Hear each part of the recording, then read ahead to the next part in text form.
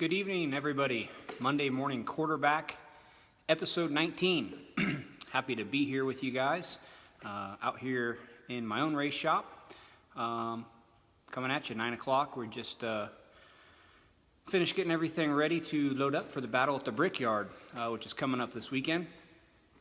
So wanted to do our regularly scheduled show here, and so we'll recap. Last weekend I was out at the Robbie Stanley race. We were there with the cars you see in the background for James Anderchuk, and taking care of his stuff and helping customers. And a good weekend. Had a lot of customers win races. Let's see, Colin Mitchell won, Austin Evans, Nick Loden, Case James, who else won? Won 4 or 5 classes out there. So really good weekend. Won some races at the Western Grands as well. Won so many races. Don't want to forget anybody. So it was a very, very good week for CSI, and we appreciate our customers updating us on the wins. Appreciate everybody's support. And the one big one we want to give a shout out to, because it was such an amazing week he put together, was Jake Hagopian with Driven Performance D1 chassis out there. Won 3 of the 4 California Speed Week races in the championship. So no easy feat. Awesome job by Jake and his team out there. Been working with us with some of our new stuff, new bump rubber kit. I have some stuff here to show you. So that's working really well on a micro, and for you D1 chassis guys, get with Jake. We're going to continue development with them on the bump rubber kit specific for their cars. So while we're waiting for some more people to tune in, we'll do a little bit of CSI trivia and give away some goodies. So if you answer correctly, message me or the CSI page with your t-shirt size and address, and we'll get you some CSI goodies. So the first question: who was the first driver to win with CSI shocks? And so anybody that's tuned in, the 20 or so of you tuned in, if you know who the first guy to win with CSI shocks was, and if there's employees tuned in, it doesn't count. If you work for us, you're not getting a free shirt if you know who won. You should know who the first guy to win on CSI shocks was. So this week coming up, we'll be at the battle at the Brickyard, big quarter midget race, and then sprint week is kicking off shortly thereafter. Brian Stanfield, you are correct. Nick Foss was the first one to win on CSI shocks, and it was actually his first race in the Midwest, coming back from California. And Jake Argo, who is our production manager at CSI and manages the shop, he was the crew chief and the mechanic on that car. So had a fun summer with Nick that year, and yep, he was the first guy to pick up a win. They were Penske shocks that we had custom made some parts for and tuned. That was kind of one of the first shocks that we were working on. And yep, Nick was the first one to pick up a win for us that summer. So second question is, what year did Nick pick up that win? And as a bonus, what was the race that Nick won? Pretty popular race at the start of the year here in Indiana is a hint. So the year and the race that Nick won. And Brian, you can't answer again. You've already won your free shirt. So message me the size and I'll bring it to the Brickyard for you. So Sam, you're correct, but Brian was first. Thank you, Chris. Ashley, Justin, you are right, 2009. Do you know what the race was? Andrew, close, 2009. So Ashley, Justin, Reiniger, you are correct. 2009 was the summer, and message me a shirt size and we'll get you a shirt. And so the last one is, what was the race that Nick won in 2009, first win for CSI? Tom Knight, the No Way Out 40. Yes, you are correct. It was, the race got started and then rained. Kind come back to run it the next week to finish it off, or 2 weeks later, if memory serves me right. And Nick was leading when it started raining, and if I'm right, Brian Clausen got by him, and I think Brian might have had some problems. And Nick got back by him to pick up his first win in Indiana, and it was our first win for CSI Shock. So it was a really special night. And then we didn't win the No Way Out 40 again until 2016 when Brian Clausen won at Brownstown, I believe. So we had a bit of a dry spell there. John Stambro almost won one in the Foxco car, which is in the background back there, their wing car, and got passed like on the last lap. So, well, Brian, tell me your wife's shirt size or Cruz's shirt size so we can get one of them hooked up and looking good at the Brickyard. So. Appreciate everybody tuning in. We'll kind of get rolling, answering questions. We've gotten several questions about the new pressure decal kit. One, if it'll only work with our bump rubber kit that I have kind of sitting on my lap. Eric Long, you didn't answer anything correctly.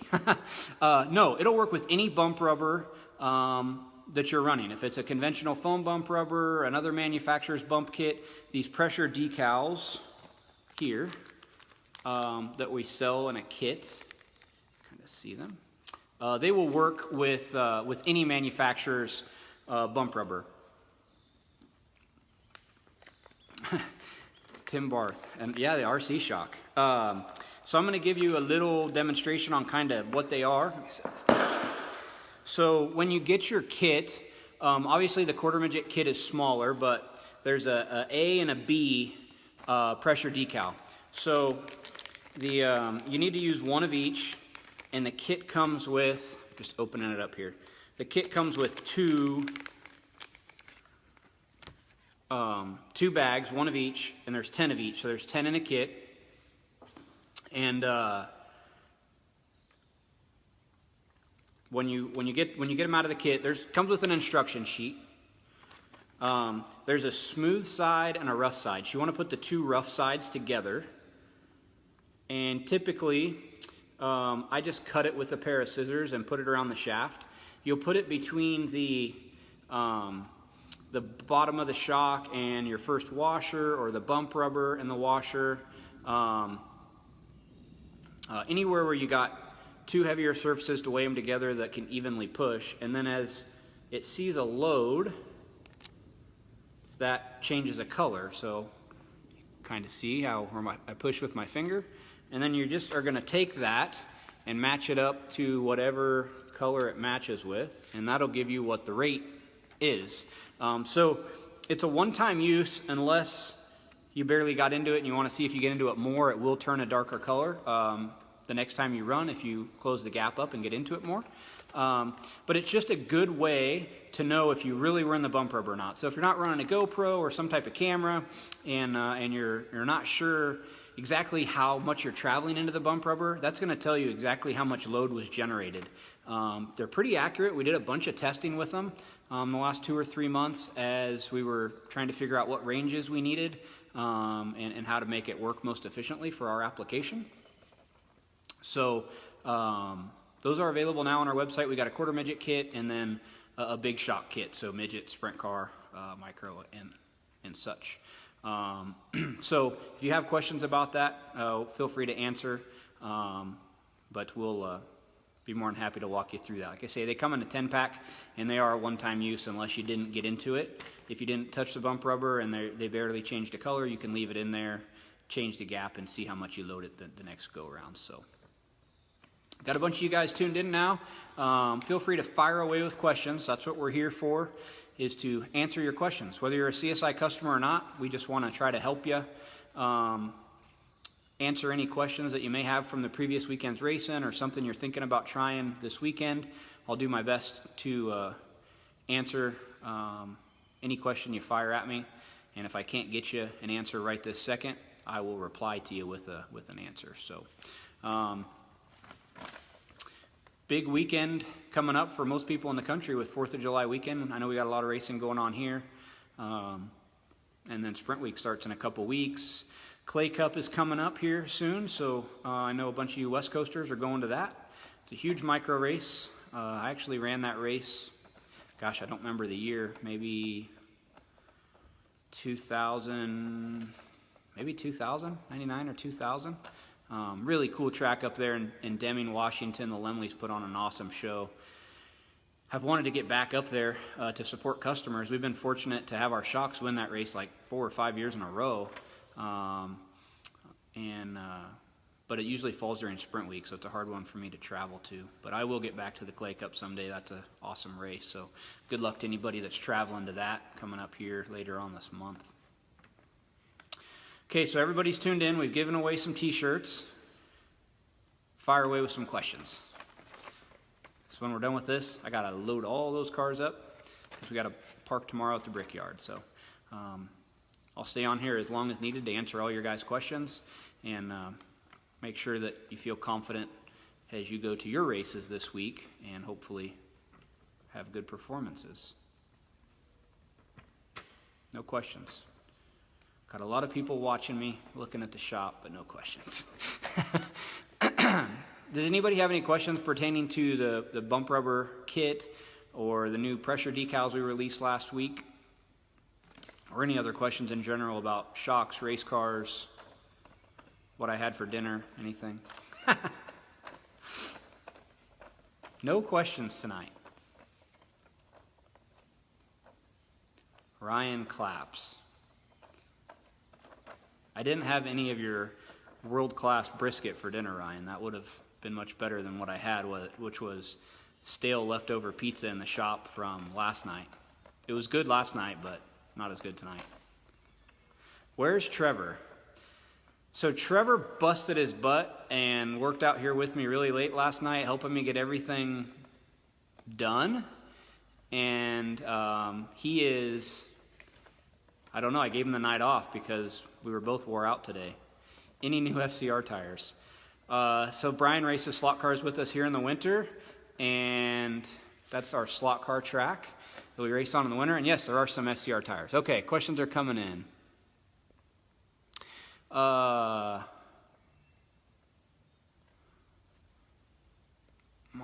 RS17. Ryan, how much gas pressure are you running in those shocks, specifically the right rear shock? And what type of chassis do you have? That'll better help me answer your question. Scroll through these. Bugs, we would love to build you some micro sprint shocks.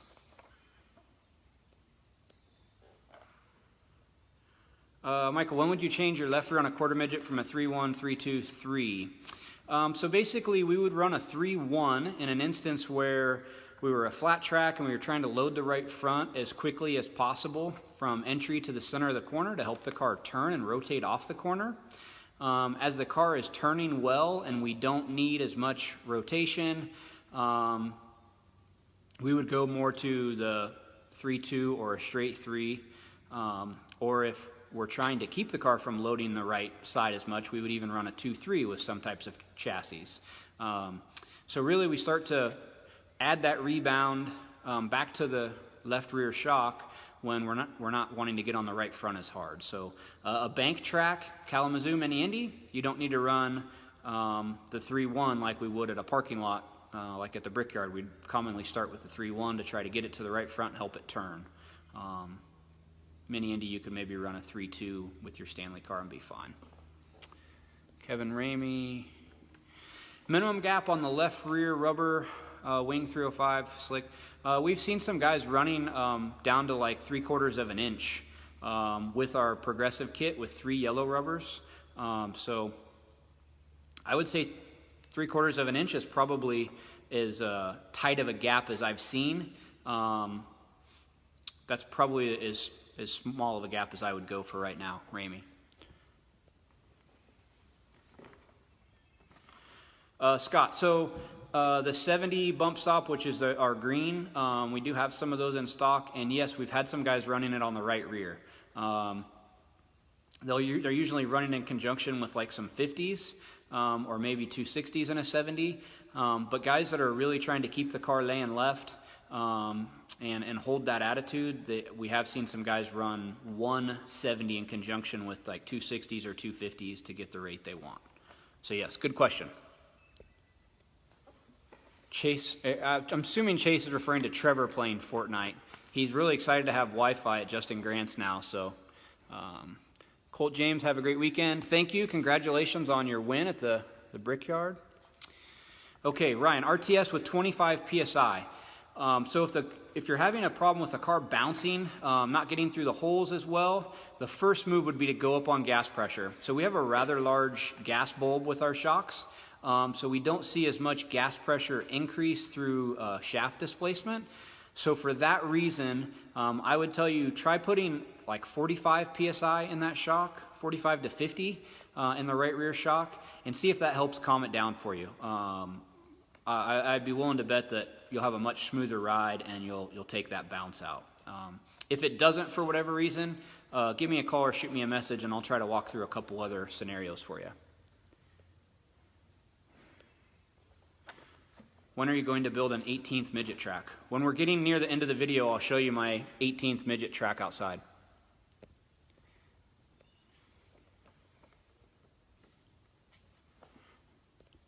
Okay, Jay Kaiser. Gap on the left rear, wing 410 to start the night, heavy track compared to a slick track at the end of the night. Since I'm on a spring, let's spring. Okay, several questions there. Good questions, Jay. So typically, I don't have a whole lot of experience running a spring because it's something I've shied away from. I don't like the linearity of it, how quick it loads and how easy it unloads. But I'll give you some generalization if you're running a foam bump rubber or our kit. Typically, if you're running a foam bump rubber, we would start the night 3 to 3 1/4 inch gap, which will allow the car to travel and lay left and hold a nice attitude and carry a bunch of corner speed when the track's tacky and you're not worried about grip as much. As the track slows down and the car doesn't lay left as hard, we would close that gap up because we want to engage the bump rubber a similar amount. So we might close that gap up 1/4 inch at a time to like 2 3/4 to 3 inch. And what that's going to do is we're still going to get in the bump rubber the same amount as the track slows down and continue to load that left rear similar. As far as the spring pressure, I would have to go back and look at some notes. That's something I could message you on. Because of the linearity of a spring, like I could tell you the rates that we're generating typically with our kit. And you know, at 1/2 inch of displacement, we're generating 300 to 400 pounds of rate. At 1 inch of displacement, 300 to 400 pounds of rate, depending on how you tune it. But I think with a spring, you wouldn't want a spring that stiff because it's going to build that rate so quick. Where we're generating 400 pounds at 1 inch, at 1/2 inch, it's like 50 pounds. Where a 400 pound spring would be 200 pounds at 1/2 inch typically because it's very linear. And then the last part of your question is short tracks. Usually we'll increase that gap on short tracks. The cars typically need to lay left harder on a short track because the corners are tighter. So the car needs to be freed up a little bit more to make that tighter corner. And again, slower track, you don't have as much wing speed, the car doesn't lay left as much, so we usually open that gap up to let the car travel a little farther. But all very, very good questions. Colt James, advantage of the through shafts on a quarter midget. Good question. We get that a lot because I've been running the standard shocks on the cars in the background. And the reason I'm running the standard shocks is we're really trying to develop a more cost-effective quarter midget shock that can compete with the through shaft. So the big advantage of the through shaft is there's 0 gas pressure increase through displacement. So whatever comes in goes out. So you don't have any added spring rate through travel. And that's really important on a light race car that it's not trying to unhook itself as the shock compresses. So even if you have a shock that has 0 pressure in it, there's no added pressure, there's no Schrader valve, as that shock compresses and that divider piston moves up in the chamber, that chamber gets smaller, a pressure does increase, and you have added spring rate through travel. So that's the main advantage to the through shaft. We're working really hard to come out with a new quarter midget shock that's a little more cost effective than the through shaft, but has the same benefits. So stay tuned. We're working hard on that. We're actually developing it right now. So, but currently the through shaft is the best quarter midget shock we offer. The downside to it is we're sealing it in 2 spots, so it has a little bit more seal drag, and there's more moving parts and more stuff wears out, and they need maintenance more frequently. And that's not something that most quarter midget families are good at. I mean, they're doing this as a hobby and on the side, and they're not working on the race cars every night like a professional team or all day long. And sometimes some of those maintenance items gets overlooked, and the through shafts, they will start leaking after 15, 20 races because we're sealing it in 2 spots. There's an internal pressure there, and the seals just wear out the way the misalignment is and everything, and trying to cut down drag. So what I tell people, if you're competing at the highest level at these national races and you're trying to win the big national races, the through shaft is the best shock you can get. If you're a local and regional racer, our standard shocks are going to suit you very well, and they require less maintenance, they're less expensive, and they're less expensive to service. So that's kind of the answer on that.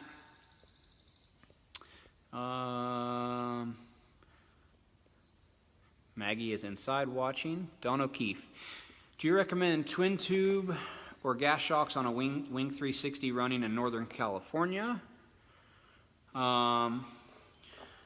Petaluma, you need gas shocks because it's so rough. Calistoga's pretty smooth. Our new RS18 twin tube is working really, really well. That's what I would recommend to any wing guy, whether you get the single or the double adjustable. Really good tunability. We got great reliability out of that shock going to a billet deflective disc style piston. Bunch of different needle options so we can get the ranges where you want. If I was building a wing sprint car, that's what I would run. With the exception of certain tracks, I would keep a gas right rear shock in my arsenal. So if I were to go to Petaluma and it had a 8-10 inch cushion like it does on some nights, and that's where you had to run, I would run a gas shock on the right rear because I feel it's going to be more stable, less likely to fade, as a twin tube shock will do, even as nice as you want to build it. So I would have the twin tubes, but I'd keep a gas right rear shock if I raced in a part of the country where tracks got rough or built a big curb, and I would run the twin tubes with a gas right rear in that instance. So good question. Scrolling through. All right. Is there any more questions from anybody before I sign off? I don't remember who it was that asked, but I'll show you Hudson's test track. Can you upgrade older CSI shocks, or do you have to buy all new? Yeah, absolutely. So we service every shock that we've ever worked on, whether it's a Penske, an AFCO, a Pro, anything we've ever worked on, we will continue to service. And any CSI shock can be upgraded to a newer model. Our new 2019 shock that we're working on, it's got a lot of new features. So like an RS17 probably won't be able to be updated to that, but we're going to keep the same size bore and stuff, so you'll always be able to upgrade to the newest piston or the newest base valve, and certainly the newest valving package that we're running. So yes, they can be upgraded. Specifically what type of shock it is, you might want to get with us, because if it's a really, really old shock, it might not be worth upgrading, but typically most of the time you can upgrade for less than half of the price of a new shock, and you're basically going to have a new piece. So for example, just one off the top of my head, because we did a few of them this week leading up to the Brickyard, to upgrade from our old RS Junior quarter midget shock, the very first one we ever came out with, to the JR3, it's about $75, where a new shock's like $225. So substantially less money and very affordable to do that, and we do it all the time. So good question. Does anybody else have any questions? Well, I certainly appreciate everybody tuning in. This is episode 19. When I started this, wasn't quite sure how it was going to go. Just wanted to give people the opportunity to ask questions and be more accessible to our customers and anybody in the industry. If you're ever not comfortable asking a question in this type of forum, don't ever hesitate to send me an email, shoot me a private message, whatever, and I'll call you reply to your email, whatever you need. We definitely want to help our customers and anybody that is considering the switch to CSI or just needs help in general, whether you use our products or not. That's what we're here for. So, okay, so the guy who wanted to see our test track. First, I'll show you Hudson's car. So here's our slot car track. A little shop tour. A bit messy because we've been busy working and racing and all that good stuff. So this is Hudson's car. Small Sherman car. It's missing part of the tires because he's learned how to take tires off as I've taught him how to use the impact. So last night he took all the tires off while we were working on the cars. So this is Hudson's car, and it's painted like my family's old sprint car from the NARC days. And it's all dirty because we're teaching Hudson how to drive, because next year he'll be able to start novice training. So we want to make sure that he's ready to go. So just outside the confines of our shop is a high bank dirt track. So even though Hudson is going to more than likely race quarter midgets on pavement, we're dirt racers at heart, so he's got a little dirt track to practice. So appreciate everybody tuning in. Hope you guys all have a fantastic 4th of July, and good luck racing this weekend. Let us know how it goes, and if there's ever anything we can do to answer questions or help you out, we're always here for that. Thank you, guys.